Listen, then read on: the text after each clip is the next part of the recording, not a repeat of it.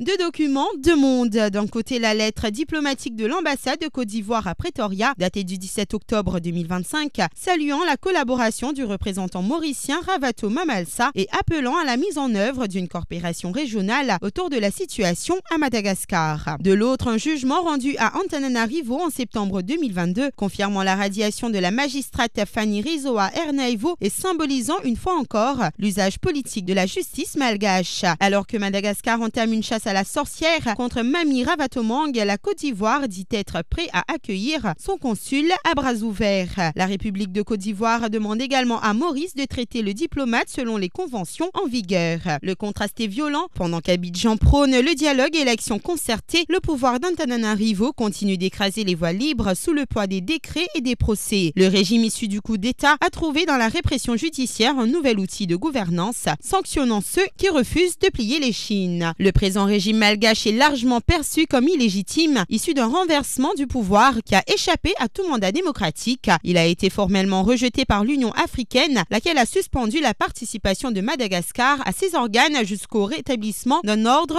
constitutionnel. Le cas Ernaivo, loin d'être isolé, illustre cette dérive où la justice sert d'arme politique plutôt que de garde-fou institutionnel. À l'inverse, la note ivoirienne s'inscrit dans une dynamique diplomatique assumée, reconnaissant le rôle régional de Mami Ravatomang et invitant Maurice à s'impliquer dans une coopération constructive. Ce contraste éclaire un malaise plus profond. Madagascar s'enferme, l'Afrique s'ouvre. Entre la plume diplomatique d'Abidjan et le marteau judiciaire d'Antananarivo se dessine la fracture d'un pays à la dérive, où la légitimité ne se mesure plus au droit mais à la peur. Et face à cette dérive, certains voisins africains semblent avoir choisi le dialogue plutôt que la soumission, alors que Maurice vient tout juste de sortir de la liste grise et scruté par les observateurs internationaux.